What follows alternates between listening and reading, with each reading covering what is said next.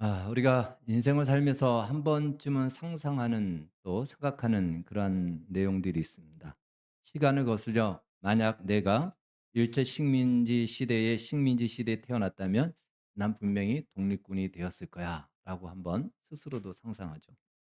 혹 내가 만약 부잣집 아들로 태어났으면 제2의 삼성의 오너가 되었을 거야라고 하는 되게만의 기분 좋은 상상을 할 때도 있습니다. 그러나 아쉽게도 우리는 우리가 태어나는 그 시대를 선택할 수도 없고 부모도 선택할 수도 없고 또 부모의 환경도 선택할 수도 없습니다. 더군다나 우리의 민족과 또 나라도 선택할 수 없습니다. 태어나 보니까 1900년대 혹은 2000년대가 된 거죠. 내가 그 시대를 선택할 수 없는 것이죠. 태어나 보니 한국인입니다. 내가 미국인으로 태어날 수가 없는 것입니다. 그리고 태어나 보니 현재의 부모님이 나의 부모님인 것입니다. 그것은 거부할 수도 없고 거스를 수도 없는 것입니다. 만약에 이 모든 것을 선택할 수 있다면 어떤 사람도 저 북한에서 태어나기를 원치 않을 것이고 태어나지 않았을 것입니다.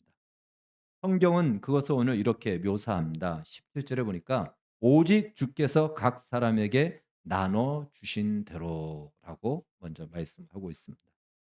대부분의 사람들은 현재 자신의 좀 열악한 현실과 환경에 대해서 대부분은 두 가지로 반응합니다. 하나는 부정적으로, 하나는 운명론적으로 반응합니다. 부정적으로 반응하는 것은 바로 이것이죠. 내가 이것보다 좋은 환경에서 자랐고 태어났다면 지금의 이 현실보다는 좋았을 것인데 라고 아마 생각할 것입니다. 운명론적으로 받아들이는 경우는 자신이 태어난 환경에 대해서 특별히 원망이나 부정하지는 않지만 그렇다고 그것을 또 최선으로도 여기지도 않습니다. 그냥 그 현실을 받아들일 뿐입니다. 공통적인 것은요. 둘 다 내가 좋은 좀 더 나은 환경에서 자랐다면 지금보다는 나은 현실의 삶이 되었을 것이다라고 생각한다라는 것입니다. 그러나 이러한 생각 우리가 무심하게 생각할 수도 있고 또 어쩌면 당연하게 생각할 수도 있는 이러한 생각 안에는 우리가 말하진 않지만 그 안에 이러한 의미가 담겨져 있다는 것을 우리는 알아야 됩니다. 다시 말해 하나님이 그 환경 속에 태어나게 해서 현실이 이렇게 되었다. 하나님이 만약에 나에게 더 좋은 환경 속에서 태어나게 했다면 지금보다는 더 나은 현실과 삶을 살았을 것이다라고 하는 하나님의 섭리와 경영에 대한 무언의 불만을 사실 표출하는 것이나 다름없다라는 것입니다. 그러나 우리는 기억해야 합니다. 소위 낙원이라 불려도 손색이 없을 만큼의 에덴 동산. 그런데 최초의 죄는 바로 그 모든 환경이 최상과 최고의 조건 속에서 시작되었다라는 사실입니다. 물론 겉으로 보여지는 우리 주변의 환경이 때때로 결정적일 때가 있습니다. 그럼에도 불구하고 우리는 만족스럽지 못한 나의 현실에 대해서 나를 둘러싼 이 환경에 대해서 마치 하나님께서 실수하여 이러한 환경이 된 것처럼 생각해서는 안 된다라는 것입니다. 바울은 오늘 본문에서 가깝게는 고린도 교회를 향하여 편지를 쓰고 있는 것입니다. 고린도 교회 교인들의 그 교인들은 다양한 현재 처지에 있습니다. 그들의 그 다양한 처지를 보고 지금 바울이 편지를 쓰는 것이죠. 그중에는 결혼한 사람, 결혼하지 않은 사람, 남자, 여자, 가난한 사람, 중류층의 사람, 상류층의 사람, 어떤 사람은 과거에 노예였다가 지금은 자유인이 되었고 어떤 사람은 현재도 노예인 사람 등 다양한 계층과 다양한 직업과 다양한 신분을 가진 사람들이 모여 있는 고린도 교회를 향하여 이 편지를 지금 쓰고 있는 것입니다. 그들 중에는 어떤 사람은 자기가 처한 현실의 이 상황, 현실의 그 환경을 원망하는 사람도 있겠죠. 가난한 사람은 자기의 현실의 환경을 원망하기도 하고 노예로 태어난 사람은 그 노예로 태어난 자신의 인생을 저주하기도 할 것입니다. 어쩌면 그것은 지금도 우리 가운데 또 이 시대에도 여전히 그러한 사람들이 참 많이 있을 겁니다. 또 신앙적으로도 어떤 사람은 열심히 신앙생활을 하는데 고린도 교회는 은사가 많았잖아요. 어떤 사람은 정말 모든 은사를 다 가지고 있는데 나는 열심히 기도도 하고 열심히 부르짖는데도 은사의 기본이라고 하는 방언도 받지 못한 사람도 아마 있었을 겁니다. 그 사람도 아마 신앙적으로 굉장히 불만스러운 현실 속에 있을 것입니다. 그들의 한결같은 질문은 바로 이것이죠. "왜 나는?" 이라는 거죠. 많고 다른 사람은 다 그런데 왜 나는 하필 이러한 환경 속에서 이러한 현실을 살게 할 것인가? 마치 하나님이 간섭하지 않는 것 같고 하나님의 시야에서 벗어난 것 같은 우리 자신의 인생, 우리 자신의 현실, 바로 그 고민 속에 있는 사람들, 그들을 향하여 바울은 이렇게 말합니다. 주께서 각 사람에게 나눠 주신 대로. 이렇게 얘기합니다. 무슨 뜻일까요? 우리가 불만스럽고 만족스럽지 않은 그 자리, 그 자리는 바로 하나님이 허락하신 자리다. 하나님이 주신 자리다라는 것입니다. 부정하고 싶고 외면하고 싶고 만족스럽지 않은 현재의 그 자리, 바로 그 자리가 하나님께서 주신 자리다라는 것입니다. 사실 아무도 주목하지 않죠. 사람들은 뭔가 높아 보이고 인정받고 편해 보이는 그 자리, 또 그곳에 있는 사람을 주목합니다. 다른 사람도 다 그렇게 주목해요. 그 사람을 알아줍니다. 그러니 그렇지 않은, 누가 봐도 열악하고 또 조롱할 만한 자리에 있다라고 여겨지는 그 사람은 누가 주목하겠습니까? 그러니 그런 사람은 하나님조차도 나를 외면하고 있다라고 생각할 수 있는 것이죠. 그런데 바울은 얘기합니다. 이 자리가 하나님이 나눠주신 자리다. 다시 말해 무엇입니까? 하나님이 주목하고 있다. 이 세상 아무도 주목하지 않는 그 자리라 할지라도 하나님의 시야에서 벗어난 자리는 없다라는 것이 오늘 바울의 이야기한 것입니다. 예수님께서는 비유를 참 많이 들어주셨는데 그중에 들에 피는 백합화의 비유를 들어주셨습니다. 벌판에 핀 백합화를 누가 주목하겠습니까? 그 많은 꽃들, 혹시 꽃을 좋아하는 사람이나 식물학자는 좀 주목하겠죠. 좀 예뻐 보이는 꽃들. 그러나 그 예뻐 보이지 보이는 꽃 말고도 얼마나 많은 꽃들이 있습니까? 누가 그를 주목하고, 아니 일반 사람들은 그 꽃의 존재조차 생각하겠습니까? 꽃이 있는지도 모르죠. 저 날아다니는 까마귀 한 마리 누가 주목하겠습니까? 있는지도 모르죠. 그런데 하나님은 그 백합화가 꽃을 피우도록 주목하여 비를 주시고 햇빛을 주시고 저 까마귀에 먹이를 주셔서 날아다니게 하신다는 것. 하물며 하나님의 백성, 그가 어떤 자리에 있다 할지라도 하나님께서 주목하지 않겠느냐, 하나님의 시야에서 벗어난 존재가 있겠느냐라고 말씀하고 있는 것입니다. 하나님께서 오늘 본문에서 왜 나눠주신 자리라고 하는지에 대해서는 이제 이어지는 부르신 자리, 부르신 그대로 있으라라는 이 말씀과 함께 조금 더 뒤에 살펴보도록 하겠습니다. 17절 말씀을 다시 한번 우리가 읽어보도록 하겠습니다. 17절 말씀 같이 읽겠습니다. 시작. 오직 주께서 각 사람에게 나눠주신 대로 하나님이 각 사람을 부르신 그대로 행하라. 내가 모든 교회에서 이와 같이 명하노라. 이와 같이 명하노라라는 것은요. 다른 번역에서는 내가 이렇게 규정한다. 이것은 기준이다. 규정이다라고 말하는 겁니다. 뭐라고 얘기하죠? 나눠 주신 그대로 하나님께서 거기서 부르신 그 사람은 바로 그대로 행하라라고 말씀하고 있습니다. 20절에도 각 사람은 부르심을 받은 그 부르심 그대로 지내라. 24절에도 형제들아 너희는 각각 부르심을 받은 그대로 하나님과 함께 거하라라고 합니다. 고린도 교회의 상황의 예를 들어보자면 바로 이겁니다. 이방인 중에서 예수를 믿은 사람들이 있었습니다. 이방인 중, 그 당시 이제 헬라인이라고 말할 수도 있고 혹은 또 로마인이라고 말할 수도 있습니다. 그들이 예수를 믿었는데 유대인처럼 할례를 행하는 것이에요.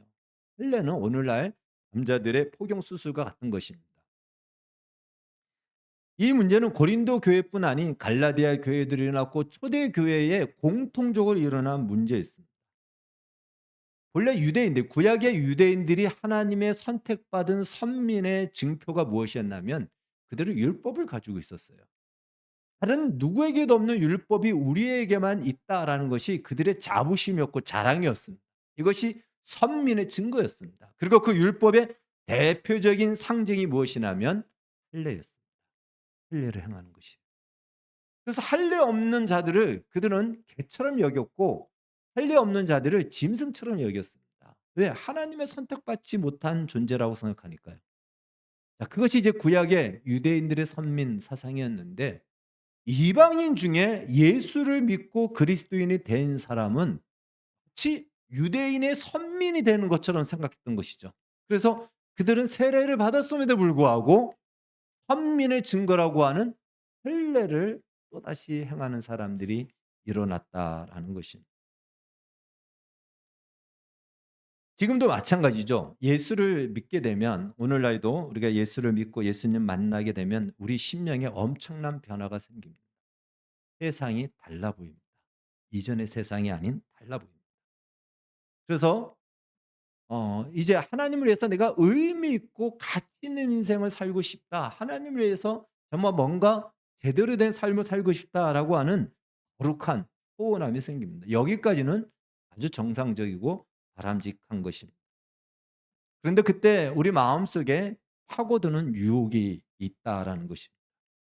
하나님을 위해 의미 있고 가치 있는 일을 하고 싶어 하는 우리의 그 마음 가운데 그렇게 해야지만이 구원을 받을 것 같고 구원의 확증이 될 것 같은 마음이 생깁니다.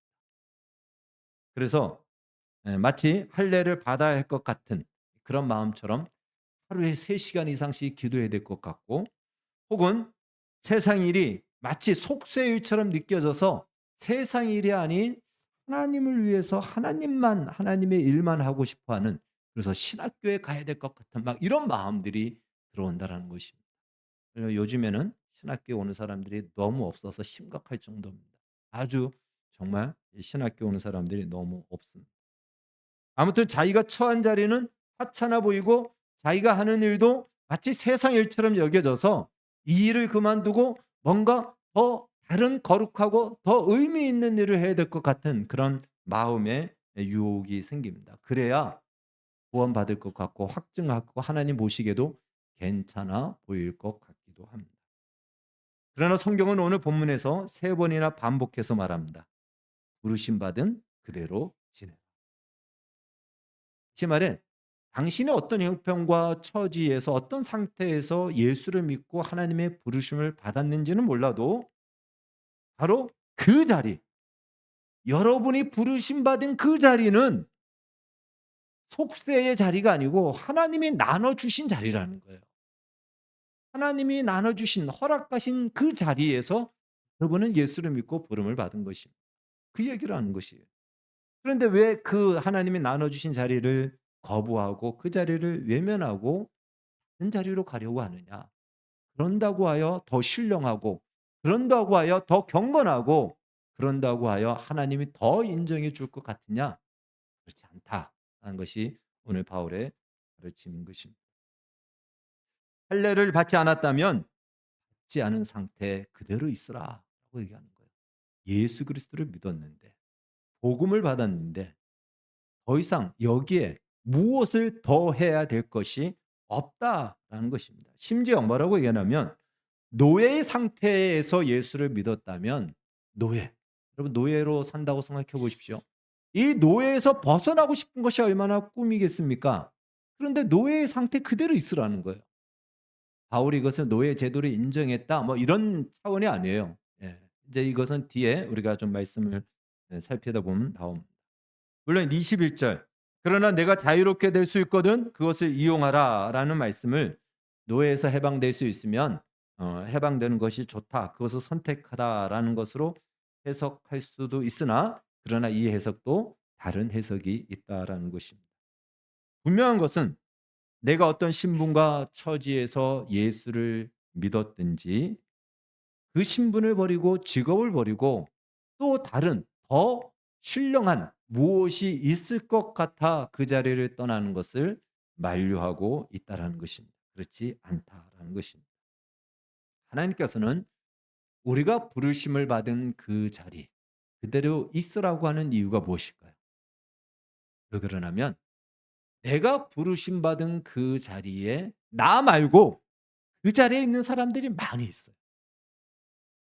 그 자리에 사는 사람들, 그 처지 속에 있는 사람들, 그 환경 속에 사는 사람들, 소위 우리가 원망스럽다라고 여겨지고 억울하다라고 여겨지는 그 자리에 나만이 아니고 그 자리에 있는 사람들이 무척 많아요. 그들에게 너를 통해서 생명의 복음이 전해져야 되기 때문에 그 자리에 있으라는 것입니다. 그 자리에 있어야 되는 거죠. 그렇지 않으면 우리를 통해서 그 복음이 전해지지 않으면 그 사람이 영원히 을 들을 수가 없습니다. 그러니까 하나님께서는 우리가 마치 너 한번 고생해 봐라. 그 열악한 환경 속에서 살아봐라라고 그 고난 속에서 한번 살아보라라고 오늘 영상에도 고난이 나왔잖아요. 그 고난 속에서 살아라고 하시는 것이 아니다라는 것이에요. 우리는 그렇게 오해를 하고 있다라는 것이죠. 하나님이 나를 외면해서 내가 이러한 인생을 살아가고 있다라고 우리는 생각한다라는 것입니다. 그렇지 않다는 것이죠. 왜 우리에게 그 자리에 있으라고 합니까? 우리를 변화시키는 분명한 첫 번째 목적이 있겠지만 두 번째 목적은 바로 그곳에 복음이 필요한 사람이 있기 때문입니다. 그곳에 거짓과 죄에 빠져서 진리와 소망을 필요로 하는 사람. 그 인생이 저주받은 인생이 아니라는 것을 알려줘야 될 그 영혼이 있기 때문에 그 자리에 우리를 치는 것입니다. 우리말에 동병상련이라는 사자성어가 있죠. 보통 상처 입은 사람들은요, 좀처럼 마음을 열지 않습니다. 그런데 같은 상처를 경험한 사람이 이야기할 때 마음을 엽니다. 왜 그럴까요? 같은 아픔을 공감하기 때문에 그렇습니다. 그리고 세상에 사는 사람들 중에, 아니, 우리들 중에도 사연 없이 사는 사람들이 있을까요? 사연 없는 사람들이 있을까요? 사연 없는 사람 없습니다. 사연을 한두 개씩은 다 있고 그 사연을 끄집어내면 누구나 다 소설 하나씩은 다 쓸 수가 있습니다. 오늘 사람들이 가장 좋아하는 것 중에 하나가 공감이거든요. 내 이야기에 공감해 주는 사람을 좋아합니다. 왜 그럴까요? 내 사연을 들어주기 때문입니다. 그 사연의 자리, 사연이 있을 수밖에 없는 그 자리, 바로 그 자리가 하나님이 나눠주신 자리요, 우리를 부르신 자리, 우리를 그 자리에 남겨놓으신 것, 그 사연 속에 살아가고 절망 속에 살아가는 자를 그에게 예수 그리스도의 생명을 전해주기 위해서다라는 것입니다. 결국 부름받은 그 자리는 주님께서 나눠주신 자리예요. 허락하신 자리입니다. 성경은 그 자리에서 그대로 지내라.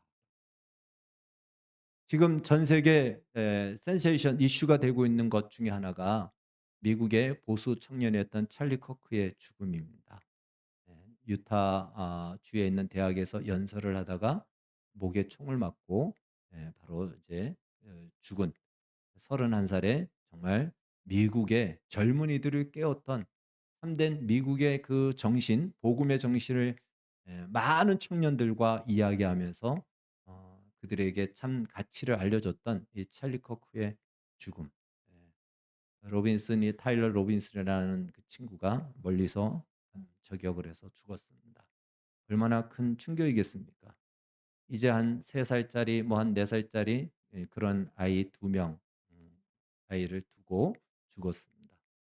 그런데 이제 그 아내인 에리카 커크라는 이 부인이 그 추모식에서 한 영상이 있습니다. 한번 영상 짧게 한번 보겠습니다. But most of all, God's mercy and God's love have been revealed to me these past 10 days. After Charlie's assassination, we didn't see violence. We didn't see rioting.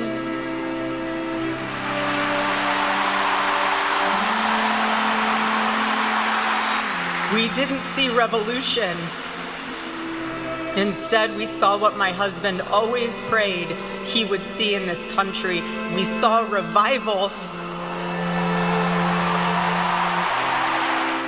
Charlie died with incomplete work, but not with unfinished business. I will miss him so much because our marriage and our family were beautiful. Still.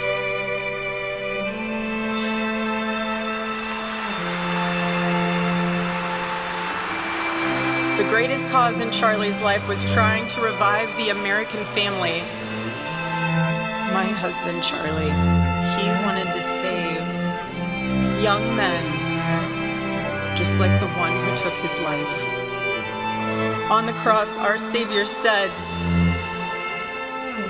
"Father, forgive them, for they not know what they do." That man, that young man, I forgive him.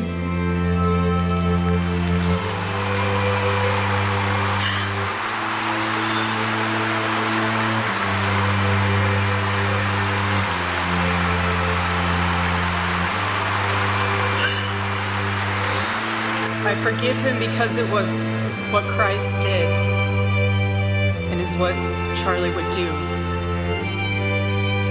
The answer to hate is not hate. The answer we know from the gospel is love, and always love. Love for our enemies and love for those who persecute us.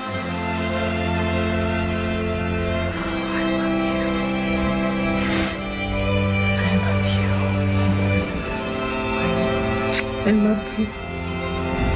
I love you.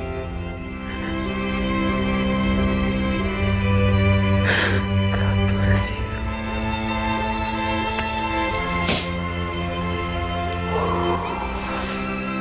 예, 마지막 장면은 이제 마지막 시신에 이렇게 입을 맞추는 장면입니다.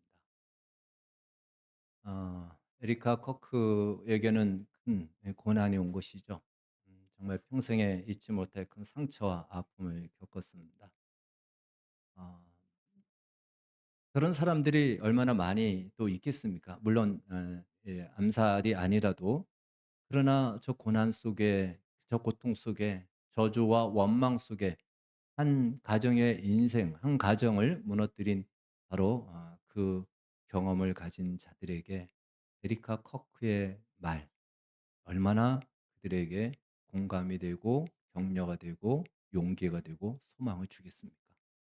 그러나 저 경험을 갖지 않은 사람들이 저 아픔 속에 있는 사람들에게 아무리 얘기해도 그건 당신은 이 아픔을 모르잖아 라고 하면 할 말이 없는 거죠.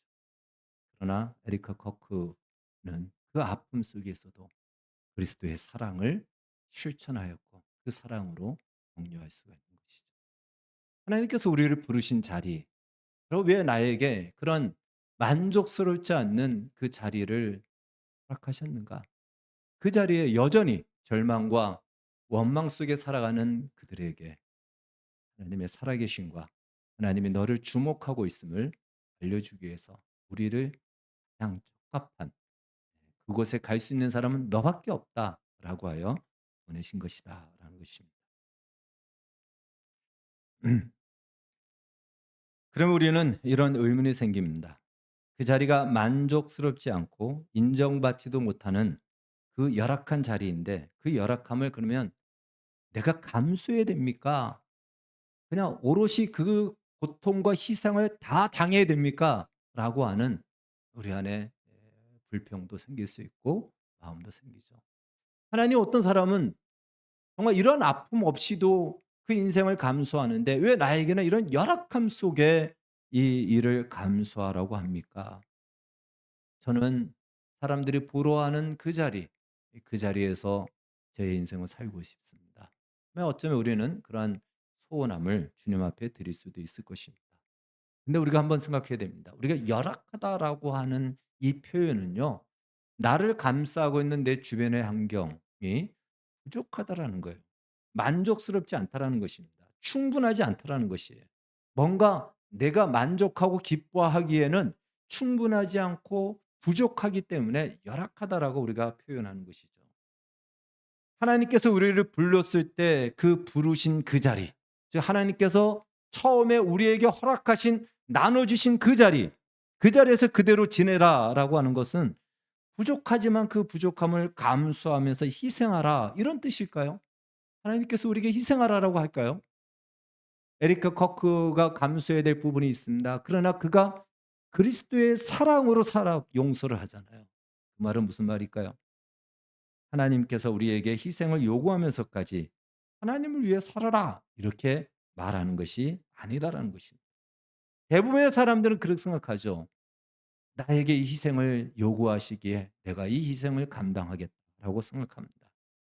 희생하지 않는다는 얘기가 아닙니다. 그러나 하나님께서 나눠주신 그 자리, 하나님께서 불렀을 때 그 부름의 자리 그대로 지내라라고 하시는 두 번째 이유는 바로 하나님 한 분만으로 충분하기 때문에 그렇습니다.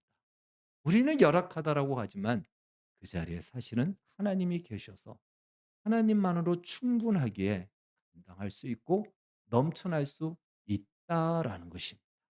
에리카 커크가 대표적이죠. 그리스도의 사랑을 받았기에 그 사랑으로 용서할 수 없는 사람을 용서할 수 있는 것입니다. 에덴 동산에서 아담이 범죄한 후에 하나님이 아담을 처음 만났을 때 하나님이 이렇게 물어봤습니다. 누가 너의 벗었음을 내게 알렸느냐? 내가 내게 먹지 말라 명한 그 나무 열매를 네가 먹었느냐라고 우리의 성경에는 그렇게 써져 있어요. 그런데 하나님의 이 질문을 의역하면 그냥 의역하는 거예요. 저의 의역적인 해석입니다. 내가 너에게 준 에덴 동산으로 부족했느냐? 하나님이 이걸 묻는 거예요. 에덴 동산이 충분하지 않아서 선악과의 열매를 따먹었느냐? 라는 하나님의 심정의 표현이다라는 것입니다. 그러면 10계명의 제1계명, 2계명은 이런 다음과 같습니다. 너는 나 외에 다른 신을 내 곁에 두지 말라. 너를 위하여 우상을 만들고 그것들에게 절하지 말라. 이것이 1계명, 2계명입니다. 얼핏 보면 하나님께서는 마치 북한의 김일성처럼 자기만 숭배하고 자기만 경배하고 하라고 하는 마치 독재자가처럼 여겨집니다. 다른 신을 섬기면 가만두지 않을 거야라고 막 위협하고 공갈하는 그런 독재자처럼 생각되어지고 세상 사람은 그렇게 생각합니다. 사람들마다 자기가 믿고 싶은 종교도 있고 신도 있는데 그 다양한 요구를 아주 깡그리 무시하고 자기만 믿으라고 하는 이 하나님의 무지막지한 독재, 아마 그렇게 생각할 것입니다. 그러나 사실은 그렇지 않습니다. 사람들이 종교를 갖고 신을 믿으려고 하는 이유가 무엇일까요? 좀 더 행복해지기 위해서 그런 거 아닐까요? 좀 더 자신의 인생을 정말 성공한 인생으로 또는 품격 있는 인생으로, 품위 있는 인생으로, 가치 있는 인생으로, 의미 있는 인생으로 살고 싶어서 종교를 갖고 신을 믿으려고 하잖아요. 근데 하나님이 알려주시는 거예요. 너희들이 그래서 신을 믿으려고 종교를 가지려고 한다면 나 여호와 하나님으로만 그것이, 그리고 나 여호와 하나님만으로 충분하다. 그러니 다른 신을 믿을 이유도 없고 다른 종교를 가질 이유가 없다. 그것은 일시적으로 너에게 기쁨을 줄 수 있으나 마침내 너의 인생을 파괴할 것이다. 그러니 너는 나만 믿으라. 라는 것이 10계명의 1계명, 2계명인 것입니다. 김일성은요, 인민을 배부르게 하지도 않으면서 자기만 믿으라고 했잖아요. 고깃국에 이밥을 먹여주겠다라고 했지 않습니까? 근데 그렇게 하지도 않으면서 자기를 안 믿으면 막 숙청을 했잖아요. 무능하고 악한 독재자였죠. 그러나 하나님은 그렇지 않습니다.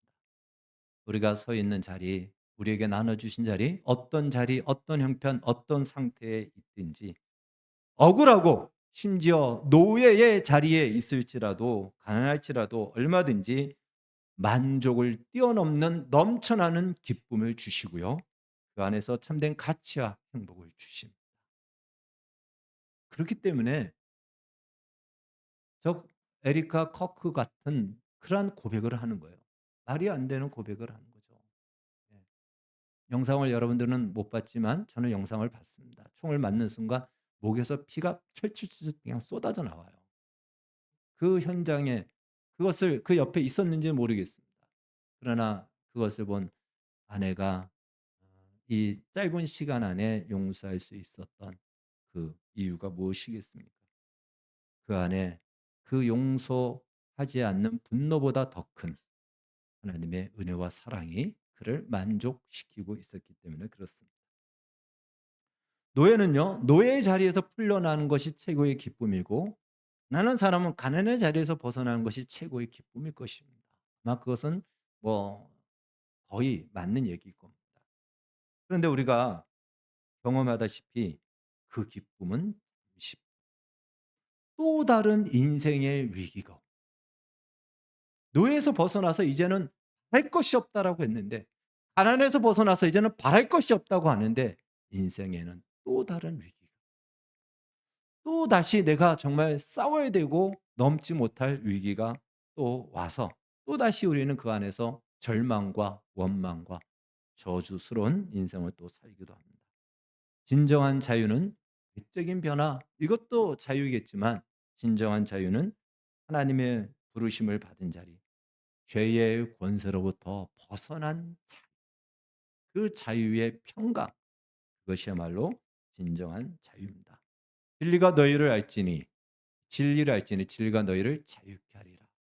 이 진리를 알지 않고서는 어느 누구도 자유로울 수가 없는 것입니다.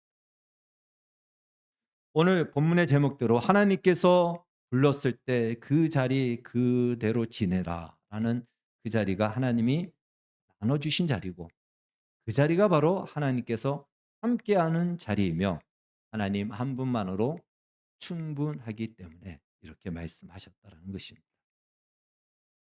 하나님과 함께하는 그 자리는 엄청난 역사가 쓰여지는 자리입니다. 필요에 따라 기적도 일어날 것이고요. 우연을 가장한 필연의 역사가 얼마나 많이 일어나는지 알 수가 없습니다. 정말 흥미진진한 그러한 자리인 것입니다. 그리고 그 자리의 출처, 원천은 하나님이기 때문에 제한이 없습니다. 이 세상에 좋은 환경을 가지고 있는 사람도요, 제한이 있잖아요. 전쟁이 나면 한순간에 잃어버립니다. 죽을 병이 생기면 그 모든 것은 다 의미가 없어집니다. 다 한계가 있고 제한이 있습니다. 그러나 우리 하나님은 무한 생성인 것입니다. 심지어 이 세상에서부터 영원한 세상까지 그 공급하심을 멈추지 않으십니다. 다시 말해 하나님 한 분으로 충분하기 때문에 다른 환경적인 것이 우리에게 갖추어야 돼야지만이 우리가 만족하다라는 것은 사실은 우리의 일시적인 욕구를 충족하는 것이죠. 출애굽했을 때 이스라엘 백성들이 원망을 했어요. 어떤 원망을 했습니까? 우리가 저 가나안 저기 애굽에서 살 때는 고기 가마에서 마음껏 고기도 먹고 밥도 먹었는데, 이 광야에 나오니까 맨날 뭐 먹는 것들이 변변치 않고 고기도 없고 그래요. 그때 하나님이 뭐라고 하신지 아십니까? 예? 너희들이 진짜 그것 때문에 나를 원망하니? 그것 때문에 너희 인생이 억울하다고 얘기하니? 그래, 그러면 너희 내가 마음껏 너희의 요구대로 해줄게. 한번 보자. 이게 신명기 8장이에요. 그래서 그들에게 먹을 것을 주시는데 만나를 주시고요. 또 메추라기가 나오라서 스스로 막 쓰러져서 나 잡아 먹으세요라고 해가지고 고기도 엄청나게 먹게끔 해줬어요. 그러니까 그들이 원하는 대로 다 먹게 해줬어요. 그럼 원망이 없어야죠. 그러면 억울하지 말아야 되죠. 그렇다고 그들이 원망 없고 억울하지 않았습니까? 또다시 원망이 시작되어집니다. 그러니까 환경 때문에가 아니라는 거예요. 환경은 일시적으로는 우리에게 만족을 주겠지만 그 환경으로 만족하려면 끊임이 없다라는 것입니다. 하나님 한 분으로 만족할 때 그 환경은 구하기도 하고 빛나기도 하고 충만하기도 하고 어떨 때는 그냥 줄어들기도 하는 것이죠. 진정한 만족은 하나님 한 분 때문이다라는 것입니다. 물론 우리는 좀 더 나은 환경을 좋아하고 선호합니다. 그리고 하나님은 얼마든지 그러한 환경과 조건을 주실 수 있습니다. 여러분 믿으시기 바랍니다. 그러나 많은 사람이 더 좋은 환경을 하나님의 부르심을 위해서 사용하지 않는다. 더 좋은 환경이 오면 자기의 명예와 자기의 쾌락과 자기의 즐거움을 위해서 사용한다는 것입니다. 그것이 대부분의 일반적입니다. 우리는 우리를 둘러싼 어떠한 환경이든지 우리의 만족과 기쁨은 언제나 하나님으로부터 나올 때야 우리는 그 환경에 지배당하지 않는다라는 것입니다. 세상 사람은 이 세상에 좋은 환경이 오면 그것에 취하기도 하고 나쁜 환경이 오면 그것에 대해서 원망하고 또 그것을 탓하기도 하죠. 그때 하나님으로만 만족해야 우리는 그 환경에 원망하는 자들 앞에서 감사와 만족한 삶을 삶으로 그것 자체가 그에게는 소망이고 그에게는 증거고 그에게는 그냥 엄청난 충격을 주는 것이죠. 나와 똑같은 환경 속에 있는 사람인데 어떻게 저렇게 감사할 수 있고 찬송할 수 있지? 나 똑같은 억울함 속에 있는데 어떻게 저 사람이 용서할 수 있지? 그 자체가 복음의 큰 하나의 임팩트의 증거가 되고 경종을 울리는 것입니다. 좋은 환경, 다른 사람이 부러울 만한 환경과 조건으로 채워주실 때 세상 사람은 그것을 자랑하기 바쁘죠. 그것을 누리기 바쁩니다. 그러나 하나님으로 우리가 만족할 때 그 좋은 환경은 하나님의 부르심을 위해서 쓸 수가 있는 것입니다. 오늘 21절 말씀은요. 아까 해석을 했듯이 그렇게 해석도 되겠지만 다르게 해석도 됩니다. 그것은 바로 이렇게 해석이 되는 것이죠. 여러분에게 좋은 환경, 자유할 수 있는 그 좋은 환경이 주어졌을 때 그것을 다른 것을 쓰지 않고 하나님의 부르신 부름을 위하여 쓰는 것이 좋습니다. 이거예요. 우리의 만족이 하나님 안에 있을 때 우리의 주변의 좋은 환경은 하나님께서 부르신 것을 위해서 쓸 것입니다. 그러나 우리의 만족이 환경에 있다 보면은 환경에 빠지게 되죠. 그러니까 우리에게 좋은 환경이 주어질 때 우리는 그것으로 인하여 주께 더 가까이 나아가야 됩니다. 그럼 이 시험에서 지면 안 됩니다. 어려운 환경 올 때 원망하고 저주하고 머물러 있는 것이 아니고 그로 인하여 주께 더 가까이 나아가는 것입니다. 그것이 바로 나눠주신 그 자리, 부르신 그 자리에서 그대로 행하는 것입니다. 왜 그럴까요? 하나님이 그 자리에 계시기 때문에. 그 자리는 하나님으로부터 외면당한 자리가 아니기 때문에 그렇습니다. 현재 여러분 자신이 있는 그 자리, 비록 어떤 사람은 이 정도면 만족해 하는 경우도 있고 어떤 사람은 만족스럽지 않고 어쩌면 다시 태어나면 나는 이런 환경 속에서 살고 싶지 않은 피하고 싶은 그러한 현실과 환경 속에 있는 분들도 있을 겁니다. 그럴지라도 그 자리가 하나님이 허락하신 자리라는 것을 기억하십시오. 하나님은 얼마든지 그 자리에서 하나님의 영광을 나타내실 수 있습니다. 우리가 원망과 절망으로 머물러 있지 않고 하나님이 일하실 것을 믿고 그곳에서 나를 통해서 역사하실 하나님의 뜻이 무엇인지를 찾고 신뢰하고 나간다면 하나님은 그 기적을 수없이 보여주실 것이며 나타내실 것이며 또 그 기적이 일어날 때 기적에 취하지 않고 우리 하나님의 부르심을 위해서 우리의 기적적인 환경을 사용하실 때 주께서는 또 그 자리에서 주께서 행하실 위대한 역사를 이루어 갈 것입니다. 하나님만으로 얼마든지 충분하다라는 이 사실을 믿음으로 받으시고 그 자리에서 하나님의 사람으로 살아계심을 증거하며 살아가기를 주의 이름으로 축원합니다.